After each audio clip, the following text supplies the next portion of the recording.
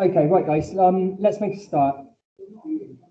This question came up on your mock exam. It asked you about how the Civil War impacted the people who lived in America, and you could have talked about how it impacted the people that lived through the Civil War, but you could also talk about Reconstruction, because without a shadow of a doubt, what happens now, what we're going to talk about now, was caused by the Civil War. So the Civil War is over, and Lincoln has been assassinated. And we have a Southerner who replaces Lincoln, Andrew Johnson. Can you understand why that would be, why people in America, especially the North, might be fearful that we now have a Southerner as president? Absolutely, he might bring back slavery. But Andrew Johnson wasn't an idiot. He realized that the country had just gone to war over the issue of slavery, and the South lost, and that's the end of it. And he had to think about rebuilding a nation that had been so divided by war. So what was the first thing that Andrew Johnson introduced to try to just build bridges between the South and the North? Not yet, no. I showed you a clip of children in an American classroom doing it. Oh, black and white. No, but good guess. Do you remember the Oath of Allegiance? When the children stand up in class, they do it every day in America. Most schools, at the beginning of every single day, the children will stand up and they will swear the Oath of Allegiance, where they will promise to support the president, respect the flag, and everything else. The Americans are like a sucker for tradition and patriotism. Like, we're not that patriotic, really. But in America, they really, really are. Now, the Oath of Allegiance started with Andrew Johnson. He introduced it as a way of trying to build bridges between the South and the North. So lots of people in the South have had their land confiscated because they were the losers. Yes. The Oath of Allegiance, I'm going to have to look it up, okay? I'm going to have to find it on there. Off the top of my head, I don't know. It's after the Civil War. So the Civil War ended in 1865. I think it's 5. So it's going to be just after that. I'm going to look it up for you in a moment, okay? So the Oath of Allegiance.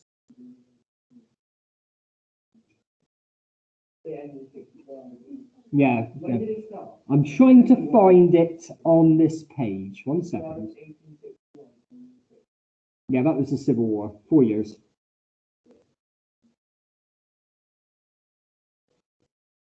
Now, there it is, found it. There. The Oath of Allegiance, Allegiance.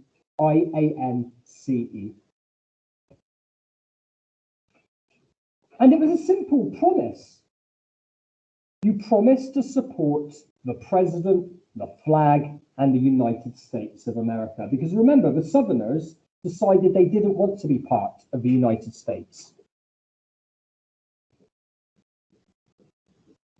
That was what caused the Civil War, the fact that the South broke away. Now Andrew Johnson is saying, look, we will accept you back into the United States. We will pardon all of your crimes because you're technically criminals because you fought against the North. You lost. But we don't want to dwell on that. We want to rebuild the nation. So Andrew Johnson said to all the Southerners that all you have to do to get your pardon, for everything to be forgiven, is to swear an oath of allegiance, a promise to support the United States, the president, and everything else. Is that easy to lie about? Could you just stand up and say it even though you don't mean it? Yeah, absolutely. And the North didn't necessarily really like the oath of allegiance, but it was a starting point. You swear the oath and we will pardon you and we will give back any land which has been confiscated. So obviously lots of people in the South, they stood up, they swore the oath of allegiance, promising to support the United States, and in return, they would get their land back and they would receive a pardon. They would not be punished for crimes committed during the Civil War. Good starting point? Yeah, I think so. I think that makes sense. Okay, I'm going to move off of this one in a second. I can still see some of you writing. We did some other things as well, but that was a starting point. That was the first point of Reconstruction, getting the South to swear a promise to support the United States again. Because they broke away from the United States, we need to bring them back in. So the Oath of Allegiance was a starting point. the next one, and it's very detailed. You've got more detail in your exercise book, and you definitely don't need to write or copy that out now. But the 13th Amendment was introduced as part of Reconstruction because what had Lincoln done during the Civil War regarding slavery? Well, yes, he had ended slavery whilst the Civil War was underway, but it had never been formally written into law. It's all very well for the president saying, I end slavery, but unless it's actually written into the Constitution of America, slavery still persists. Okay? It hasn't ended. So that's what the 13th Amendment did. It formally agreed that slavery could not exist in the United States. So it formally wrote into law that slavery had been abolished.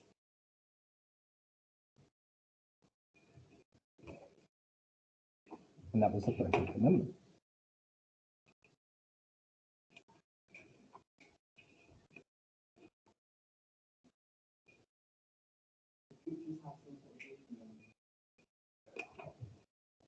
Yes, Miss Loveridge is doing she's doing a meeting via Teams for all members of staff regarding year 7s who have been sent home today. Because if you don't know, there have been another positive test for COVID, but this time in year 7. So they sent half the year 7 year group home. Because absolutely true. I totally agree with what you're saying. But from a teacher point of view, we want to keep students in school as long as possible. It's for your own good.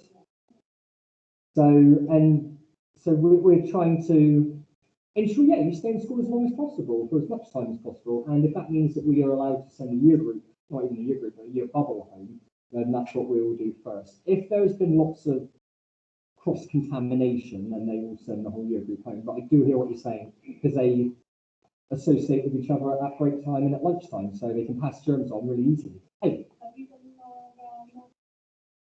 I've done some of it. Hopefully you'll get it all back by Monday. That's the plan. Okay. Maybe Friday next week. But we'll see. Right, so the 13th Amendment. Now, as a result of the 13th Amendment, what happened in the South? How did white people, white landowners, white politicians react in the South to the 13th Amendment? What did they introduce? Black codes. It's all very well. Let me take on the role of a southerner. I've been forced to give up my slaves.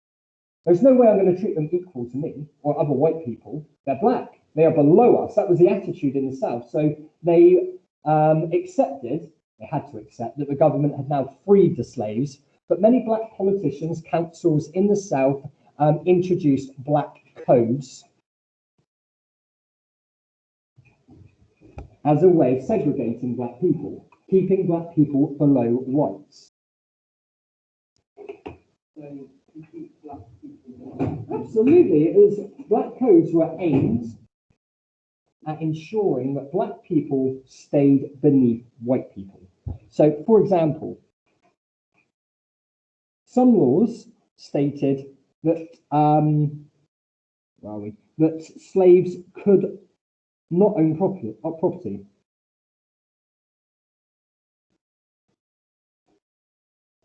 Hold on. Moreover, some states passed black codes. Under these laws, freed slaves could marry, own property, legal contracts, necessarily have a jury service. Yeah. They also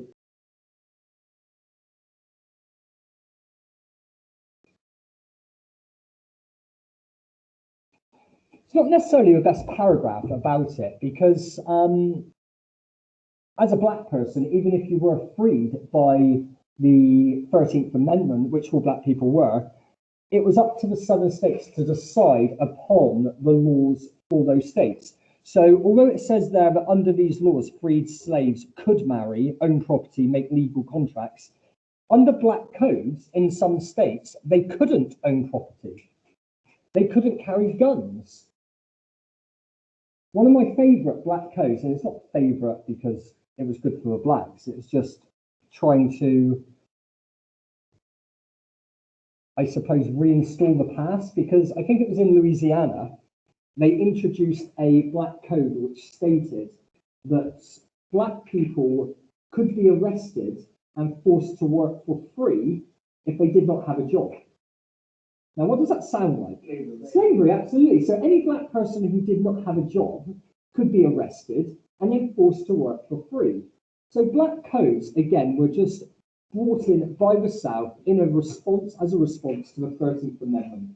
It's like, we've lost our slaves, but in no way are we now going to treat them equal to whites.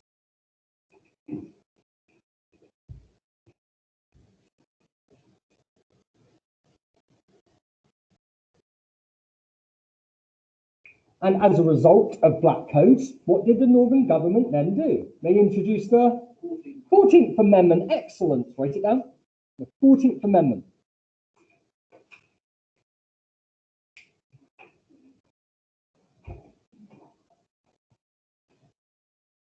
Okay.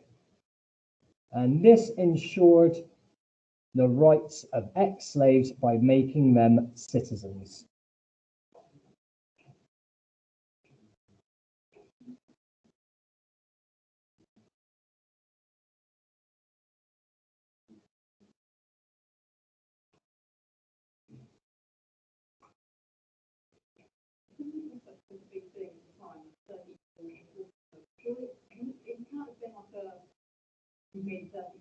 How long did it like? The time frame in between. So if we're looking at 1866, that's 1 year after the end of the Civil War, and we've already got issues where we're having to bring in the 14th Amendment. So it was very quick after this was in quick succession. The Civil War ends. We set about writing into law that slavery is now banned, the 13th Amendment. Almost instantly, the South reacted to that by introducing black codes as a way of trying to keep the ex-slaves below the whites. We're not going to treat them equal to us. They're not going to be able to own guns. They're not going to be able to own property and so on. And there was nothing to stop our states doing that. So lots of states quickly introduced these black codes, and the government, Northern government, had to respond to this. And that is the Civil Rights Act and the 14th Amendment, which ensured that ex-slaves were now citizens, and that means equality before the law.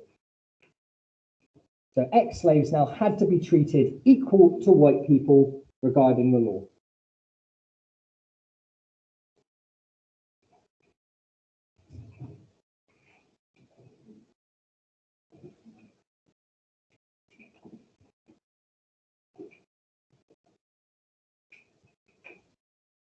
Can I move on? Yep, excellent. Now, before we get to the 15th Amendment, something else happened, and it was to do with the southern states, because there were plenty of southern states that simply did not want to ratify the 14th Amendment. They did not want to treat black people equal to whites because they didn't view black people as equal to whites. Just because they lost the Civil War doesn't mean their attitudes have changed. There was still lots of racism within the southern states. So there were plenty of southern states that refused to ratify the 14th Amendment. As a result of that, what did the North do to those southern states? They placed them into something. Nearly, it's not reservations, it's nothing to do with Indians. Districts, well done, the 5 military districts. Let me find it here. There you go. So the South was divided into 5 military districts, each run by a general. So basically, the southern states had their freedom and their liberty taken away. States make their own laws for many, many things. Like states can have their own laws regarding murder. That's why some states have the death penalty and some states don't have the death penalty. It's the same with drugs. Some states in America at the moment have legalized cannabis. Other states, you walk across an imaginary line and then you can be arrested for it and sent to prison for a long time. So by being placed into these military districts, the South has basically lost its freedom. All the leaders of the South now cannot decide upon the rules or the laws of those states. And they're basically being held hostage by the North. North is saying, look, you are not going to get your freedom back. You will not get your liberty back until you ratify the 14th Amendment and then hold free elections for everybody. So black people can stand for election if they choose. Election to local government. They can't vote yet, but they can stand to be elected. Now, nobody's going to vote for them because it's lots of white people voting, but that's what the government is saying. Look, it needs to be free. They need to be treated as citizens, like the 14th Amendment suggested. So you're being the southern states that refused to ratify the 14th Amendment. They were basically held hostage in these military districts. They would not get their freedom back, freedom to make rules and decide upon their own laws, until they ratified the 14th Amendment and held free and open elections.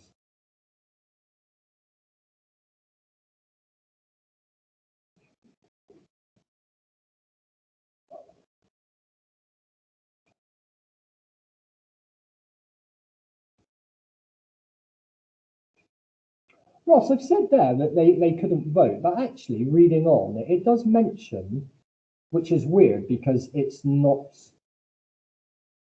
doesn't mention the fact that black men are not allowed to vote, but it does say there that each new elections of each state government would be held in which all black Americans and those whites not barred by the 14th Amendment could vote. So yes, you're right, this is very much the beginnings of the 15th Amendment. It hasn't been written into law yet, but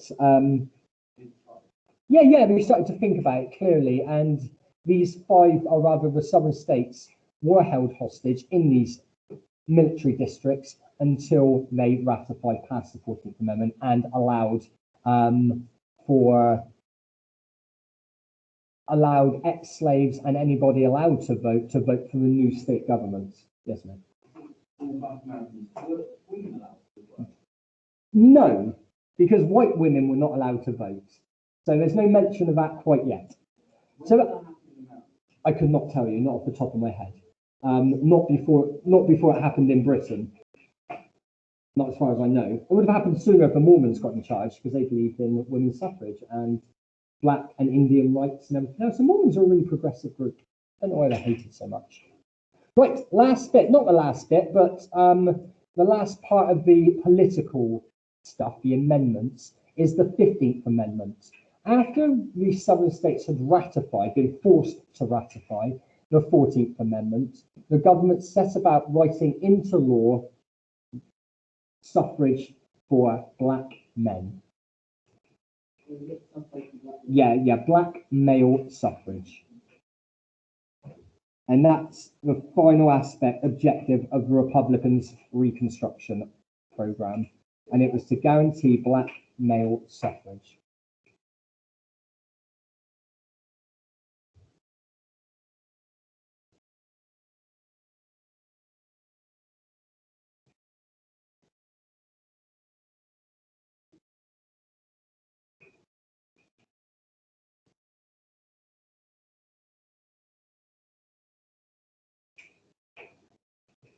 Now, what we've spoken about, if we had to pigeonhole what we've spoken about into a category, political reconstruction, economic reconstruction, or social reconstruction, what area would we put it in?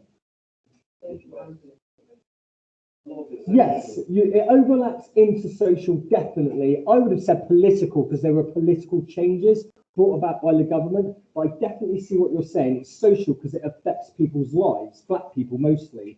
So yes, you could argue this falls into each of those categories. I only ask because it appeared on an exam paper a couple years back where I asked about the most important aspect of Reconstruction. Was it political Reconstruction or social and economic Reconstruction? And it's important that you can link some of the key detail to those three categories. If it's anything to do with new laws, you can usually push it into the political bracket. If it's anything to do with money, business, stuff like that, you can push it into the economic bracket. And if it's anything to do with just affecting people's lives, it's social. So that's what we're going to do now. We're going to continue looking at Reconstruction, but from a political, social, and economic point of view. What we've just looked at is very much political, with definitely aspects of social reconstruction as well. Right, next bit. Let's continue with political. There we go. So government achievements. It's going to be political in the sense it's what the government achieved, but a lot of this is also overlapping into social as well, because some of the government's decisions affected people's lives in society. So, still focusing on Reconstruction, government achievements. They established the first state school system with 600,000 black students by 1877. So 12 years after the Civil War, they've established a state school system where 600,000 black students are registered. Good thing, right? Absolutely, 100%. This is about rebuilding a more equal society. That is what Reconstruction was all about.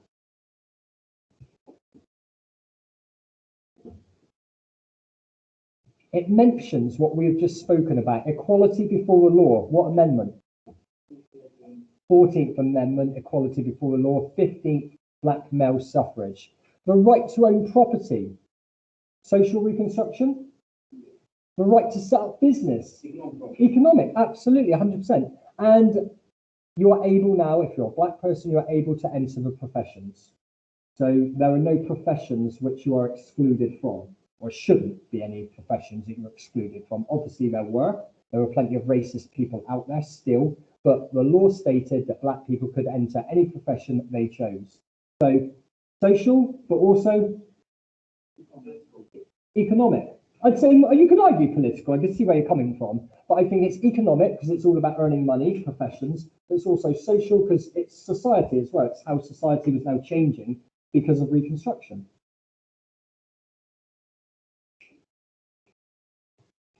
The government worked hard to rebuild and repair roads, buildings and bridges, which had been destroyed by the Civil War. So the government was committed to rebuilding a nation.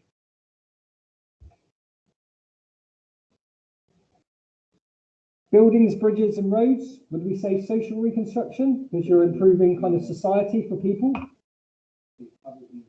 Makes travel easier, absolutely. Makes just living in society easier. You could maybe even argue it's political or even economic, but I think it fits neater into social. It affects society in general.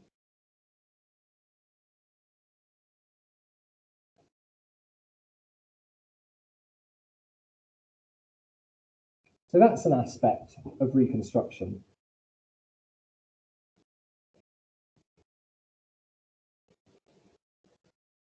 I'm going to move on down in a second. Can I move down now? Yeah, okay. Some of you wrote about these in your mock exam, when you wrote about the impact of the Civil War. And you said, look, it created opportunists, the carpetbaggers and the scallywags. I seriously doubt you'll ever get asked a standalone question about the carpetbaggers or the scallywags. You'll end up writing about them as part of a bigger question where you're talking about Reconstruction, because both of these groups of people emerged out of Reconstruction. So, the carpetbaggers first. Where were they from? The North. Excellent. They were Northern opportunists.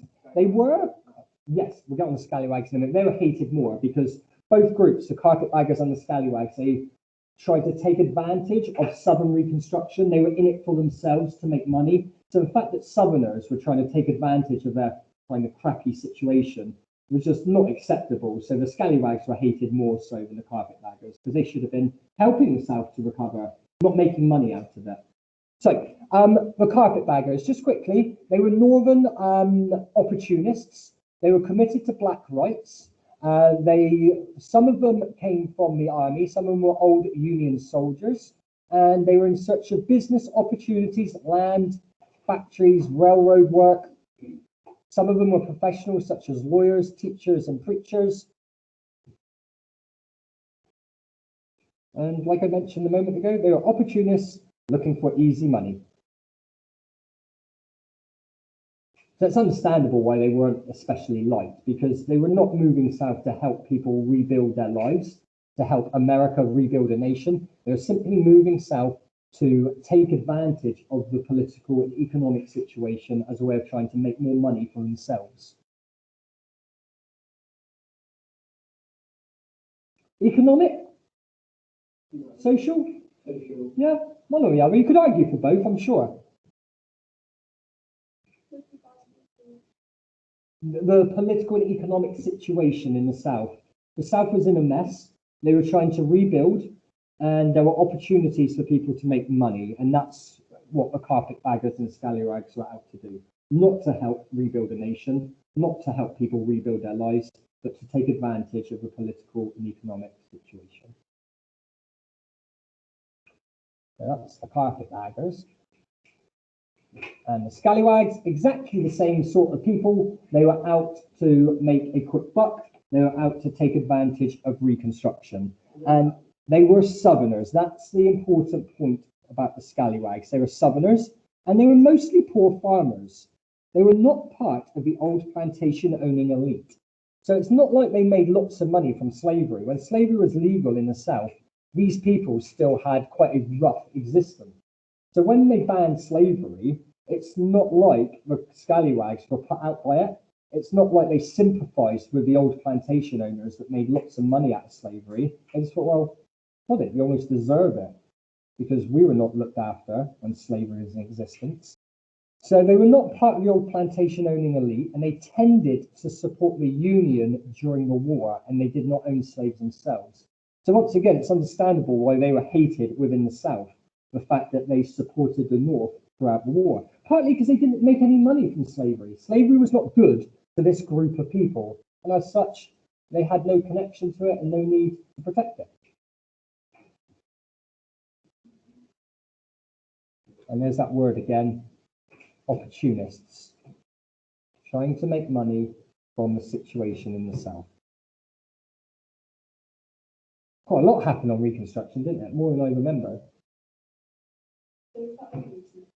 Yeah, this is all Reconstruction, Ellie. This is, so if you ever get a question, well, impacts of the Civil War and Reconstruction overlap massively. And if you ever get a question about how the Civil War impacted people's lives, you can talk about this. If you ever get a question about Reconstruction, you can talk about this. So yeah, you can use it for both. I'm nearly done though. So scallywags and carpetbaggers, northern and southern opportunists out to make money out of the political and economic situation in the South. Next bit. Oh, it's worth pointing out, just while we're on here, over 600 served in state governments. Now, I told somebody the other day that that was wrong. They said 600. I said, no, it's 700. Oh, look who's wrong now. Me. Not that student that told me it was 600. I can't remember who it was.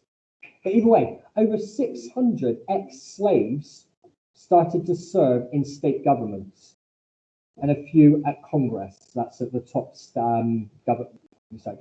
Congress is the government for the entirety of the United States. So 600 ex-slaves now serving in state governments. Political reconstruction? Yeah, good thing, right? For equality across the nation? 100%. Sorry? No, absolutely not. No, it would have been, if you were a Southerner, and dare I say, most of them are probably in the North, and there aren't actually many black state government officials in the South, because the South was still, although they should be treating black people equally, they didn't, because they were still racist. Just because the laws say I need to treat that person equally for myself, doesn't mean that my attitude about them changes. Right, let's finish this off really quickly. The KKK next. Social, political, or economic reconstruction? Economic. Economic? Is this to do with business? Making money? Well, to be honest, Yeah, I see what you're saying. I would say it's social, because the KKK was a terrorist organization that formed in response to the 13th, the 14th, and the 15th Amendment, and their sole purpose was to terrorize black people, predominantly in the South. So, terrorist organization, 100%. So the KKK, 1866, the idea spread rapidly throughout the South because, again, there are plenty of racist people in the South. 100%. Members from all society, they hid their faces. So you could have teachers, you could have lawyers, you could have the police force, you could have anybody. And it's still the case today. And do you remember, you haven't seen much of them online recently, but do you remember the old anonymous hacking group? Yeah. that used the Guy Fawkes mask as their symbol, and their motto, "We are anonymous." And it wasn't an organization as such, it was a group of hackers that worked together to try to make the world a better place by releasing information about horrible people doing horrible things. And at one time, they targeted the KKK, and they were able to infiltrate the system, hack into their whatever computer system they were using for their members, and they released a list of KKK members out into society in America. And the names on the list were shocking. There were teachers, there were members of the police force, high up members of the police force, high up members of government officials on there. And it shocked the nation that so many people who we tend to trust as being impartial or non-biased or not racist were actually members of this still terrorist organization. Yeah, but there's people like in the police force that are like with people who do drugs, they just get discounts. Do you reckon there are? I don't quite believe the police is as corrupt as some people make out, but I definitely believe that there are corrupt police officials that might steal drugs off drug dealers and then sell them to other people. There are police that are clearly racist. If we look at the George Floyd murder just recently, was that racially motivated? It kickstarted. I'm not against the George Floyd being arrested. I don't know enough about it, but there was some criminal activity that meant he needed to be arrested. It's the knee on the back of the neck for over 9 minutes, which ended up killing him. And that's the big issue of race. If it was a white man, would that white officer have behaved in the same way? We never know, but if it was found that somebody died, surely, like, if they're lying on the floor, it wouldn't be that difficult to hang off them, put in a car. Exactly that, Ross. And not only that, he was subdued, he was on the floor. If you watch the 9-minute clip, it's online, it's a hard watch. He's saying, "I can't breathe," over and over, and you can hear the distress in his voice. Even another police officer speaks to a man who's got a knee on the back of his neck and say, "Maybe we should, hold on, maybe we should stop, maybe we should reassess the situation." He says, "No, I'm staying here until reinforcements arrive or whatnot." And by the end of it, George Floyd, God knows, man, God knows, George Floyd, by the end of it, is crying out for his mum, grown man, because he thinks he's going to die. So I'm going to die, I'm going to die. And he still doesn't take his knee off the back of the neck. So, yes, it's a hard watch, but I don't know if it was racially motivated. Plenty of people feel it was. Right, I'm nearly done, so let's keep going. So we've got the KKK. What would they do? Acts of terrorism, including whippings, murders, and intimidating blacks, especially black male voters. Social reconstruction, and now another example of economic reconstruction, sharecropping. So imagine a situation, you are all slaves one day, and then slavery ends, so the next day you are free. What do you actually have besides your freedom? Nothing. You've been freed, which is great, but as your slave master, I would give you clothing, I would provide you with food, I would provide you with land where you could grow food, I would ensure that you have a house to live in, even if it was a basic hut, you'd have somewhere to live as my slaves. I would look after you at the very basic level. Now you are free, which is brilliant, you're free, but now you have nothing. You have the clothes on your back. You used to live on my land. Now you're not going to live on my land anymore. Okay?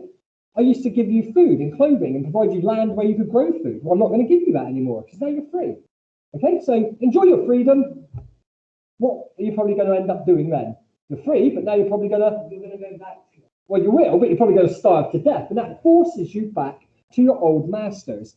And that's what sharecropping was. So with little money or technical skills, freed slaves faced prospects of becoming wage laborers. That means working for somebody else. Or they turned to sharecropping. And this was a system where the landowner provided you with the land and the housing. Okay, I give you a land, you can grow food on that bit of land, and you can build your house on that land. Okay, they would also give you the tools and the seeds that you need to grow your crops. And then you might enter a deal with a local merchant that would provide you with food and supplies on credit. So when you sell your crops, you can pay back your creditors. So people are giving you stuff for free. And as a result of that, they have you over a barrel. They take advantage of your desperate situation. And what happens is at harvest time, the sharecropper, you guys, the people that work the land, they received a share of the crop for their labor, with the landowner, me, taking the rest. And I could come up with whatever percentage I wanted. And if you don't like the deal which I'm suggesting, sod off. Exactly that. Go somewhere else. Go somewhere else and starve to death. So it was a case of the old landowners and the ex-slave masters taking advantage of the ex-slaves' situation. They are now free, but they've got no money and no technical skills. So many of them had no choice but to enter an agreement with me into sharecropping, where I would give you what you need so you can farm the land and survive. But during harvest, I'll let you keep a little bit of your crop, enough so you don't starve to death, but I'll take everything else and I'll sell it and I'll make money that way. So definitely an example there of economic reconstruction, not positive, negative, but economic nonetheless.